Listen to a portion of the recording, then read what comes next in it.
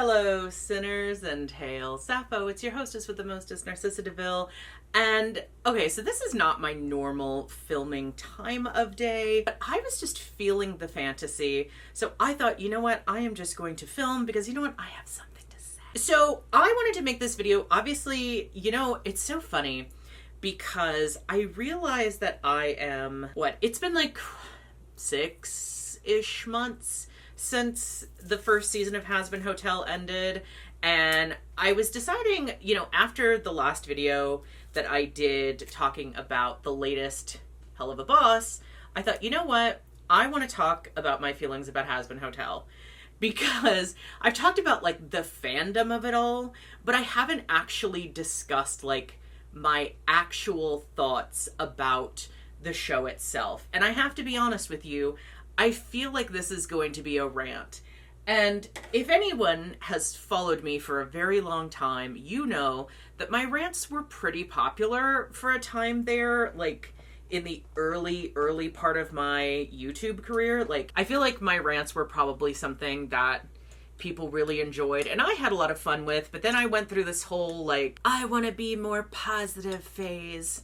And, like, I still do not get me wrong. So, like, let me just start out by saying this is not going to be an episode by episode review because I didn't really like it enough to do that. So sorry. And I think I would spend, like, I don't know, 30 minutes just talking about how episode 4 makes no goddamn sense.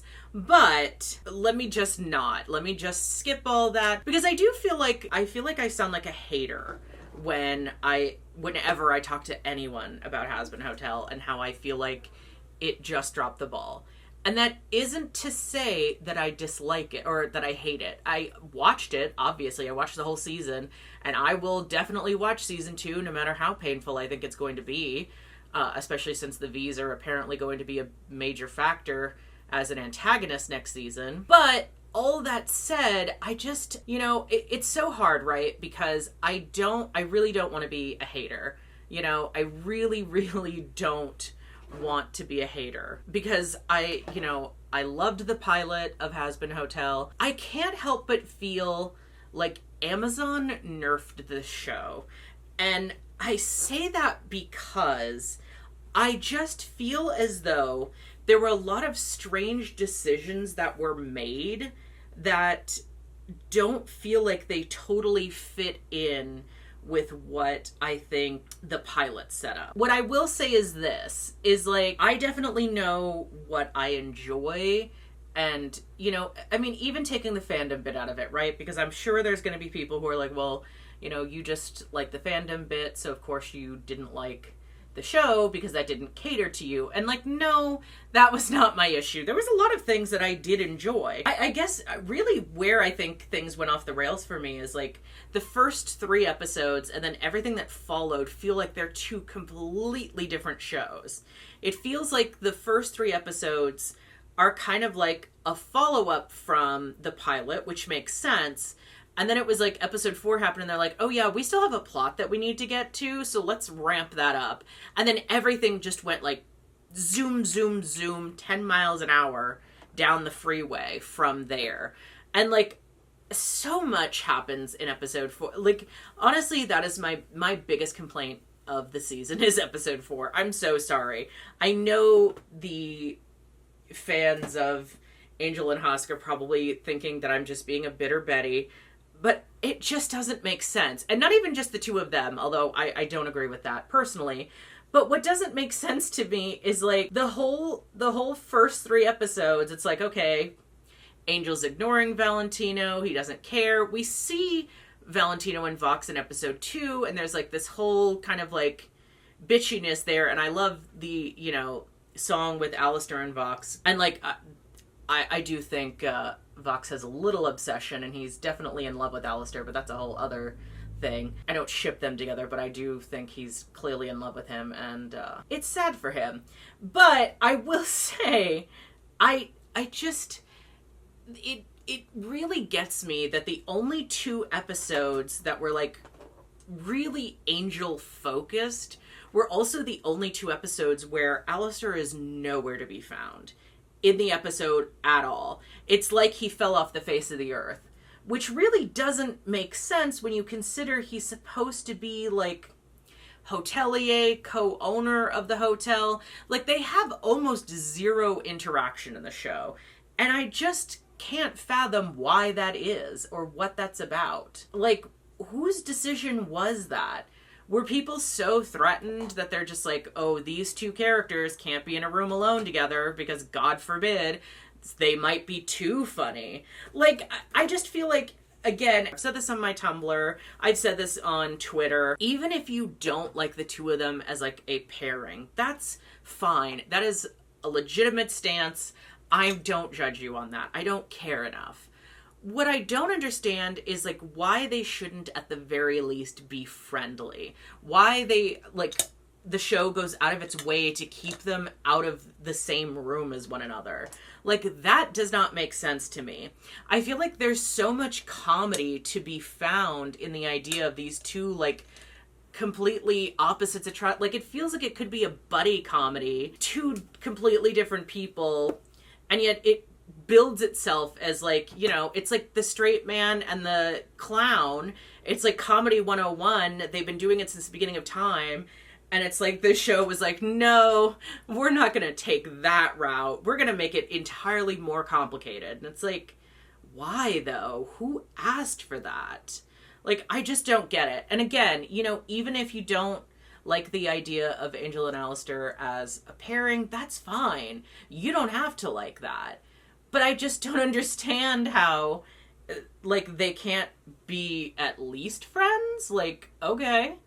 Like, where's the logic? Where is the logic? Please explain it to me. And, like, you know, I guess even if you ignore that, I still have other issues with the show. You know, I still feel like it didn't have a lot of the emotional intensity that I feel like I was expecting.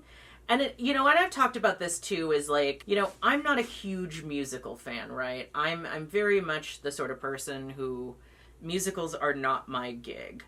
I like occasional musicals, and I've talked about this too in like other episodes where I feel like part of the reason I like Hell of a Boss better is because the musical numbers don't feel like musical numbers. They feel like pop songs, you know, like the Kesha song, Clown Bitch, even 2 Minutes Notice.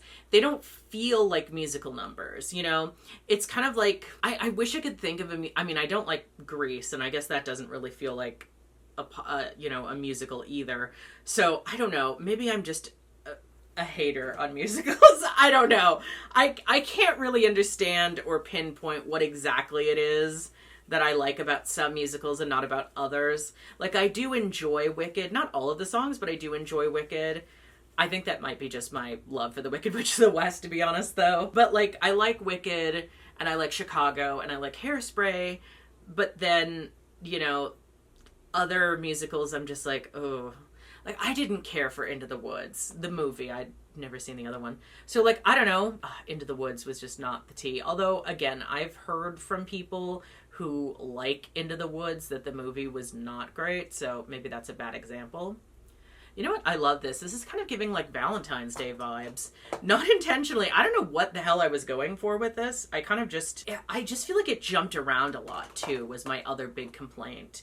You know, I feel like the show, especially, you know, from episode 3 to, or I should say episode 4 to episode 8, I think, so much happens, and we jump, like, 3-4 months in the timeline, and, like, a lot of things are kind of swept under the rug. Like, I feel like there's a whole emotional component of having a character like Angel who has all these addiction problems and, you know, is working for this huge fucking asshole.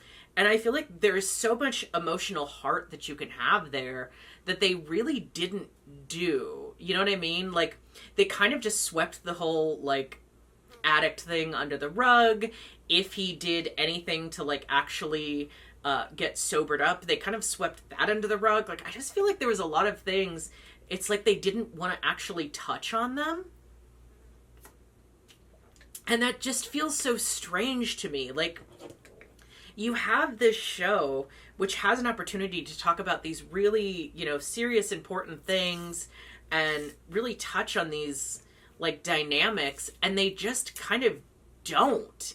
And I have to assume that it's, you know, it's something to do with Amazon, because, and only because, we've seen what Vivian can do on her own. Like, A Hell of a Boss, I think, is such a good counterpoint to what Hazbin should have been and could have been, that it really kind of like, it puts the two in such stark contrast. And again, it's not that I hate Hazbin at all. I love the show.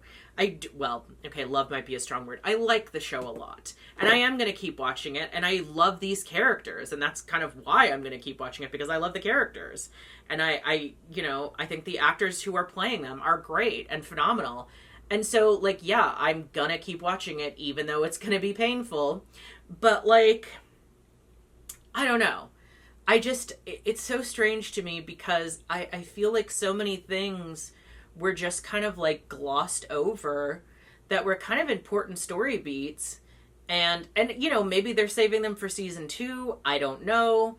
I mean, I guess the show has done well enough, so it really doesn't matter, even though I'm doing this kind of like, post-mortem review, post-season review, I guess my thoughts about it don't really matter, because the show has done well, and that's great for them. It should do well. I wanted it to do well. But I also just wanted it to be a little bit more. I wanted it to have a little more life to it. I feel like there was just so many missed opportunities, and so many things that, like, kind of felt like they maybe dropped the ball a little bit. Like, okay, so, talking about episode 1, not the pilot, like the actual episode 1, I do feel like, and I talked about this with my friend who kind of introduced me to the show, or I should say introduced me to Hell of a Boss, and then we started watching Hazbin together. One of the things that I think kind of got me, especially in the beginning, was like, episode 1 really assumes that you've seen the pilot, but at the same time kind of like redoes a lot of things. Like, I don't remember anywhere being mentioned in the pilot or anywhere else that Alastor had been missing for 7 years, and then we find out that Lilith has also been missing for 7 years, which I think kind of sets up that he's in a contract with her. And, like, I guess that all makes sense and that's fine, but there's so many things kind of just left on the table there and not really explained all that well. And again, if you hadn't seen the pilot, if you just happened to stumble upon the show and then, watched from episode 1, I feel like you would be a little bit lost, because it's just kind of like, I don't know that it explains anything very well. And if you did watch the pilot, you're also kind of lost, because you're like, they really changed up a lot of what we were understanding about this show from the pilot, which, again, that's, things gonna change. I get it. And I'm sure, I really do. I have to say, I blame a lot of this on Amazon. I have to assume that they had their hands in it and had their things that they didn't want to see and didn't want dealt with. Like, I always assume that if there's something that I don't necessarily care for, it was probably a studio thing. Because let's be honest, studios are notorious for having their hands in things, and, Amazon especially. So it would not surprise me in the least to learn that, like, yeah, Amazon had a very tight hand on what they wanted the show to be.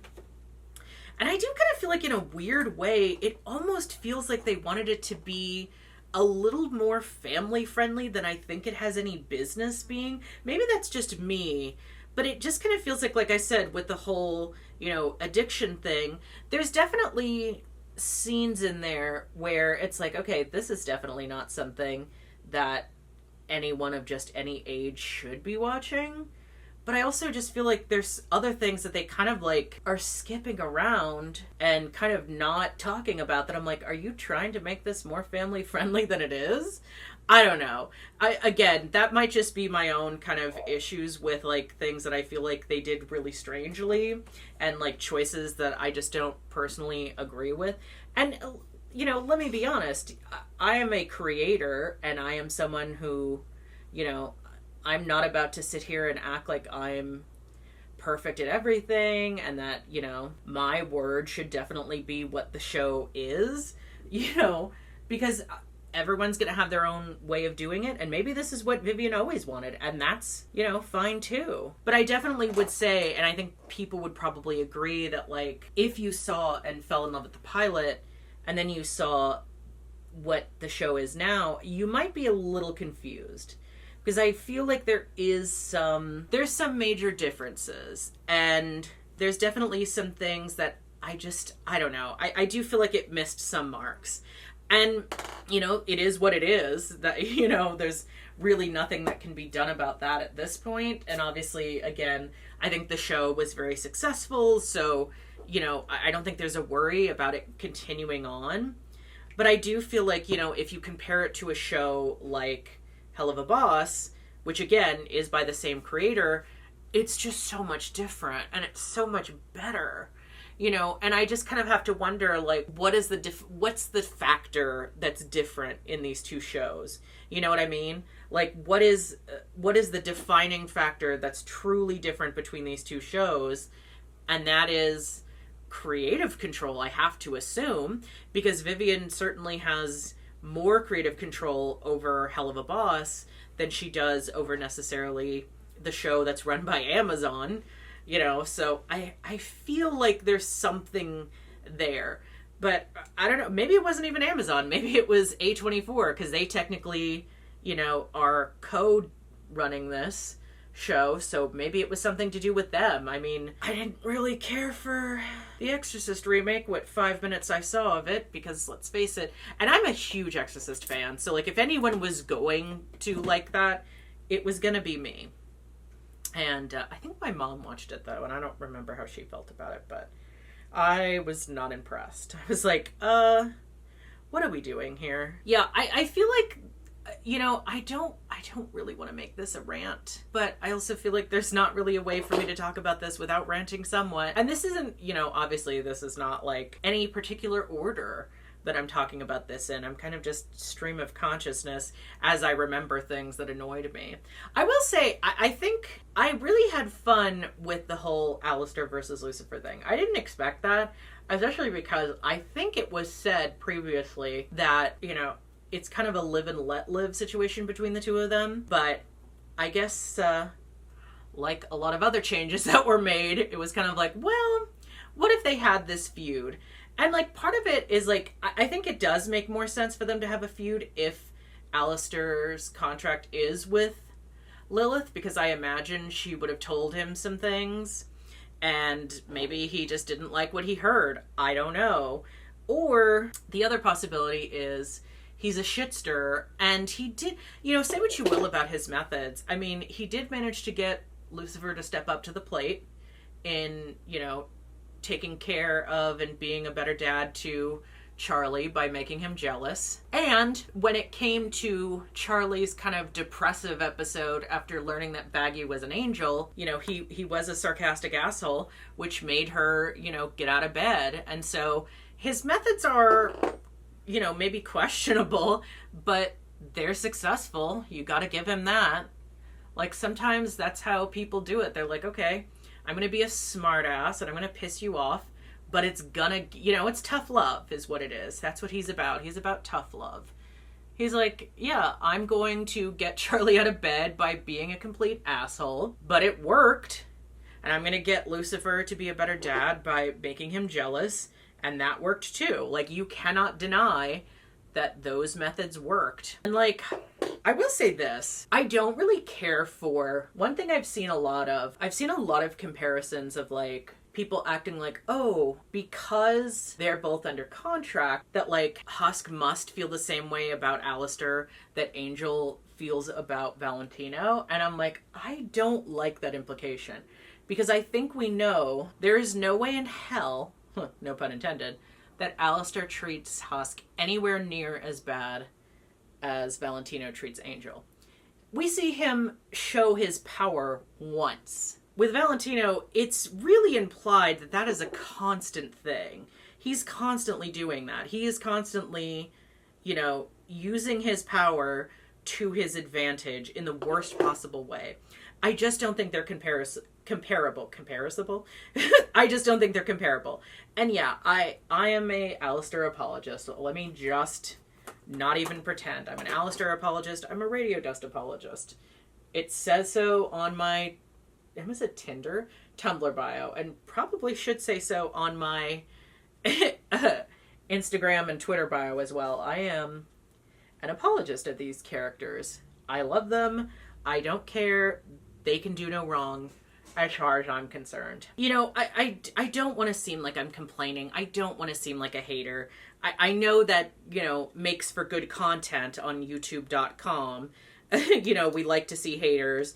We like to see people complaining and bitching and moaning and groaning because, I don't know, it's entertainment.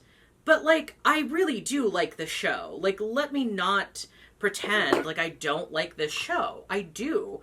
I feel like it could have been more. And, look, that's really just me. Obviously, the show is very successful and did very well. And I feel like most people probably would disagree with me. And yeah, you could probably argue that a lot of it is just me being bitter because of some fandom shit. I don't think that's that's part of the reason, let me not pretend. But that's not, the entirety of the reason. There's just things that I think it could have done better. But that's true with any show. I don't think any show is perfect. There are definitely things, there are episodes I certainly did not care for of Good Omens. Not many, but there were some. And I will be interested to see how season 3 of that goes.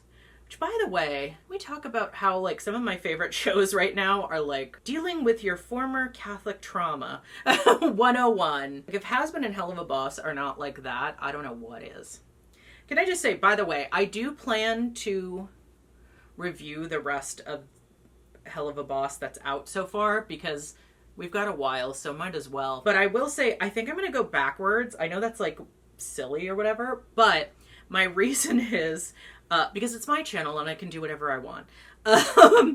No, but, I really I think I came into the show kind of late, right? By the time I got into Hell of a Boss, the Mammon's Magnificent Musical had already been out for a month. So that is how late to the show I am. And it's not that I didn't know that it existed. I remember seeing it because I subscribed to Vivian's channel right after I watched the pilot back in 2020, I think. After, who is that YouTuber who talked about it? Saberspark. After Saberspark did his video on it, I ended up watching it and loving it, and I followed her channel. And so I was kind of just waiting, and I kept seeing new episodes for Hell of a Boss, and I was like, I want Hazbin, so I'm not going to watch this. And, well, I ended up liking Hell of a Boss more, but that's not the point. Red and pink are the vibe, and also, let's face it, it's very Angel and Alastor coded, so that is fitting for me. And, so, okay, you know what? I'm just going to get into my complaints fandom-wise, because that's probably what you want to see from me. Let me not pretend this is not who I am. I've been pretty open about my feelings about fandom pairings and all of that. So why not talk about it now? So here's the deal, right? Wow. There's a huge gap. I don't know what the hell I did. I think I taped this weird. So here's the deal for me, right? Is I don't understand, and I kind of alluded to this earlier in the video, is I don't understand how Alastor is literally nowhere to be found anytime Angel is doing anything. Angel only really has a few kind of spotlight episodes. He really doesn't have a whole lot that I would call spotlight episodes for his character. And he should have more, because I think he should be the center of everything, because I am an Angel Dust apologist and stan, and he is everything and deserves everything, and that's all there is to it. He deserves the world. But, as far as that goes, the episodes that are, specifically about him, it's just, Alastor doesn't exist. It's oops, he fell off the face of the planet, or the face of hell, Did he disappear for another 7 years? The world may never know. But he sure as fuck is not at the hotel anywhere. Which is like, why? And then the one adventure that Alastor has, which is like the Overlord thing, which okay. I'm sure non-overlords are not allowed to go to that, but I also feel like Valentino is not the sort of person who has ever listened to a rule in his life. So if anyone I could picture having someone at his beck and call at one of those overlord meetings, it's Valentino. So I know that Alastor had to have known who Angel Dust was long before they met at the hotel. Because let's face it, and I also don't necessarily believe that Angel didn't know who Alastor was, because I guarantee you, Vox was bitching about him all the fucking time. Like, you know, he was bitching about Alastor every fucking chance he got. And yeah, he was missing for 7 years, but also, like, I'm pretty sure Angel's been in hell since 47. Vox has probably been in hell since the 50s. And even assuming that he didn't sign up with Valentino until the 70s, which is when Valentino came down, that still gives them, like, I don't know, 30, 40 years of overlap, assuming it takes place in 2017. So it just, again, it's not making sense. It's not mathing. It's not adding up, you know? I don't know. It's just, it does bother me a lot. And, like, again, even if the show didn't want to go that route, even if they, you know, obviously I don't expect them to go the fandom route. And I get it, you know, although there are a lot of people who have said, like, who have reasonably pointed out that the radiodust fandom did kind of keep the Hazbin Hotel fandom going for the last, 4 or 5 years. Again, I just don't understand why they couldn't at least be friends. You know what I mean? Like, and I really feel like the whole Angel and Husk part was really shoehorned in to episode 4. Like, it did not make sense to have, like, it feels like such a fanfic excuse for Vaggie to be like, well, you're the one who pissed him off, so you're the one who should go get him. Like, really? That's your logic? Like, that works in a fanfic. That doesn't work in, like, a show where you have, like, people that make more sense, people who are closer and friendlier. Like, that doesn't make a lot of sense. And, like, I think of anyone who might have, again, I can't get into the, and this is another reason why I don't do videos where I'm bitching about stuff, because I'm like, I can't get into this because it's going to drive me too nuts. And I'm already overheated. I don't need to add to it. Like, it's just so, I don't know. It's so much. It's so much. And also not enough. I don't know.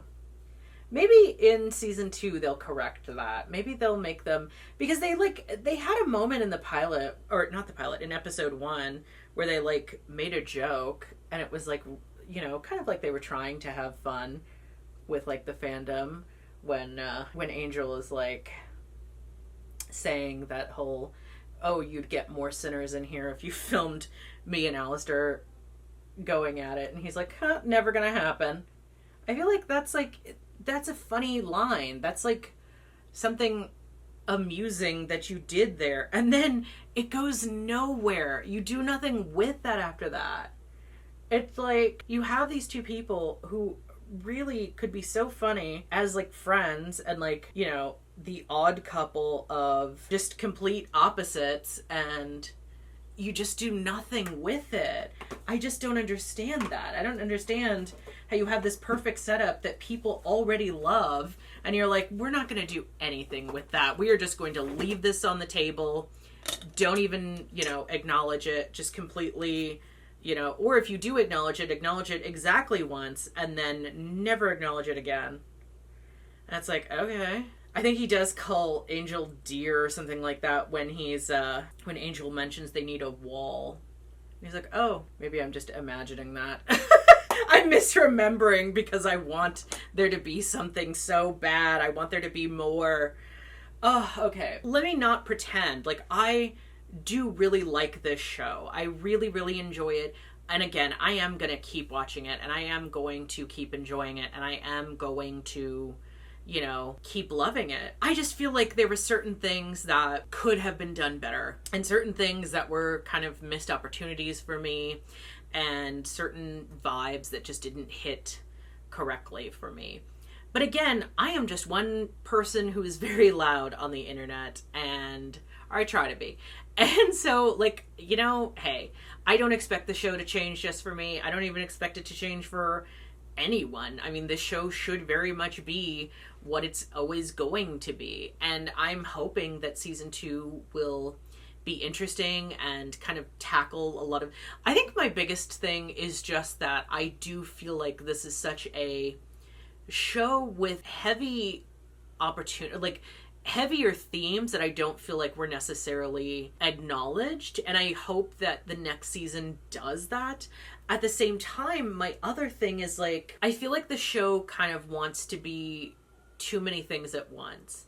I do kind of feel like the whole arc of season 1 being all of the stuff with heaven, I feel like that kind of doesn't add anything for me, because, and I've said this before, I don't really care about heaven. Just like in the same way I don't care about heaven in, Good Omens, I really don't care, or Hell of a Boss for that matter if it comes up. I don't care about heaven in this show. Yeah, great, Pensius went to heaven, which also, I have a lot of thoughts about that, not the least of which is, he really didn't do all that much, and I don't think his death was given, it was kind of just made into a joke. Yeah, Charlie and Angel were sad about it, which I don't necessarily feel like that was super earned either, because I feel like Angel had that fight with him, and they maybe kind of made up when everyone was working together to protect the hotel, but I feel like that was kind of glossed over. So Angel's actually being sad about his death was kind of random, and nobody seemed super upset that Alastor just went missing, except for the fact that his protection was no longer helping them. And so they were sad about that, but Pensius gets a whole memorial, and yeah, they made a new radio tower, but it's he actually really fought for quite a while before Adam really hit him hard. He was going hard, he was doing a lot, and I feel like Pensius really didn't even do anything and then just dies and goes to heaven immediately, and it's what is that? Who is that for? Truly, the 4th episode was too much, and I didn't like it because I didn't feel like it necessarily, it was doing so many things at once. But the last episode and the last 2 episodes, I think, really just felt like they crammed the whole season into 2 episodes. It's this needs to be stretched out just a tiny bit. I feel like there's a lot going on in this last episode especially that could have been expanded if the show had not been only 8 episodes long. And that's just a streaming issue, let's be honest. Streaming is just very, very short time frames, I have found. If it had even 10 episodes or 12 episodes, I feel like they could have told more of a story and kind of more appropriately. But I also do kind of think, at least for me personally, I think the show would be better served to do character profiles almost, as opposed to doing the show as a plot driven thing. I think it doesn't make a lot of sense to do it so plot heavy. I feel as though, and especially when, Viv has said she kind of wants it to have, quite a few seasons, I'm okay, but the thing is, the main heaven plot kind of already petered out, and I don't necessarily feel like every season there being a new big bad that maybe hopefully peters out by the end of the season. I don't know if that's that satisfying.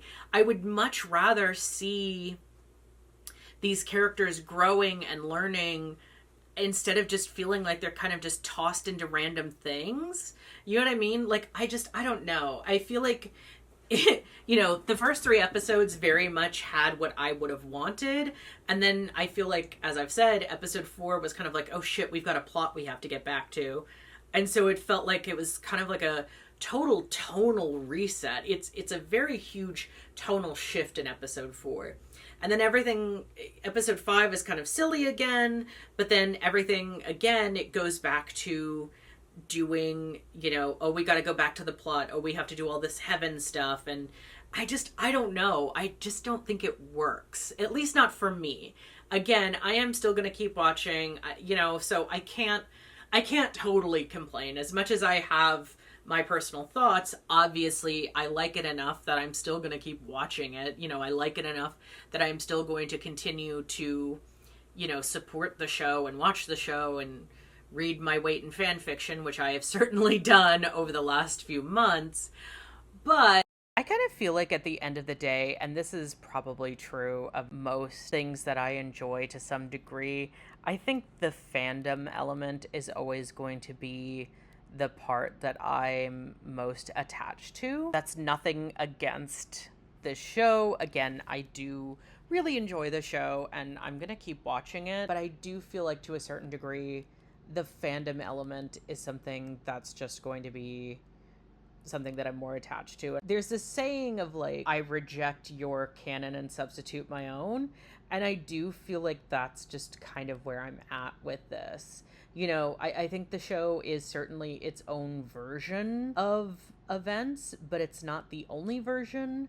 And I think that's kind of what I like about shows like this and like fandom culture in general is like, you don't have to just accept what the show wants to give you. Like if there's things that you feel like can be done better, if you feel like there's things that can be done differently, you can just kind of go your own way and do your own thing and it's still enjoyable. And yes, I am, still going to watch the actual show just to see what they do with it. But I do expect that more often than not, I think I'm going to focus more on fandom stuff particularly rather than what's quote unquote canon.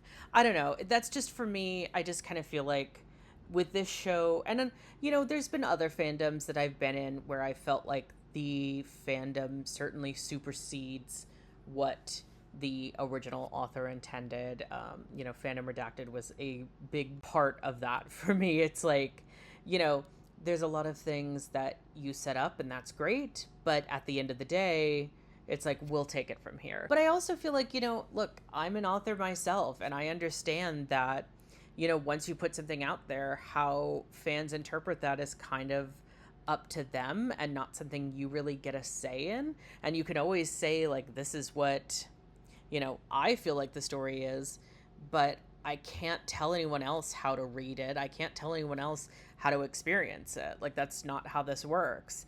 And I think that's just something that's inherent with creating things. And, anyone who's lucky enough to build a fandom where people are passionate about this thing that you've created, I think that's a great thing.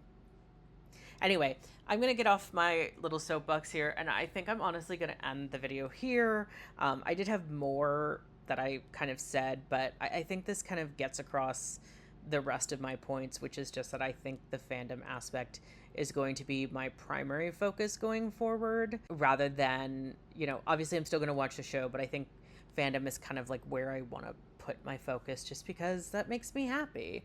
And I'd rather talk about things that make me happy as opposed to things that annoy me. So if you want to see a video where I talk like fandom stuff and like some things I like in fandom or just like whatever type of fandom thing, I would love to make that a whole video, because I'm like such a firm believer it's so much better to talk about things that you like than to complain about things that you don't, because that's not very productive. And like, I'm certainly not going to change anyone's mind. Like no one at Spindle Horse or A24 or Amazon is watching this video, especially not, however many months later. I think I said 6 months, and I think it came out in April. Time is a construct. I don't even know. But anyway, I'm gonna stop this editor's note because this is running very, very long. But I just, kind of wanted to say all that. Anyway, so yeah, that is all. I swear that's the last of the complaining that I'm gonna do for this video. If you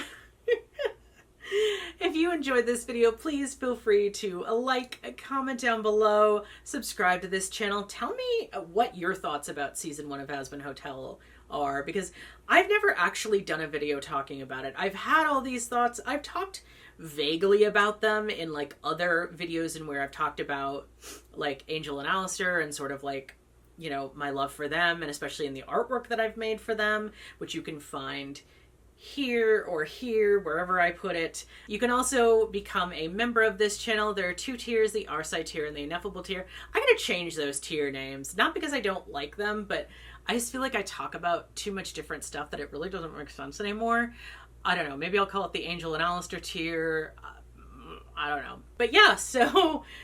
Oh, you can also become a member of my Patreon, patreon.com/NissisDeVille. That is my members only behind the scenes channel. I'm going to be posting a lot more stuff on there, so do not worry. Stay devilish and see you next Tuesday.